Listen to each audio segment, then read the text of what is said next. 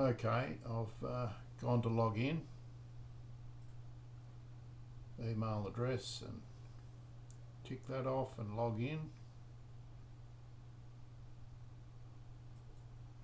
Shows my previous history there. I'm going over to bring up monitors, the 4K monitors, and sort by price.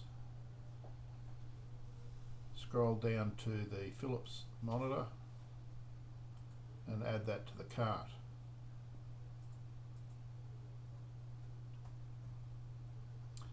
I've now gone to view the cart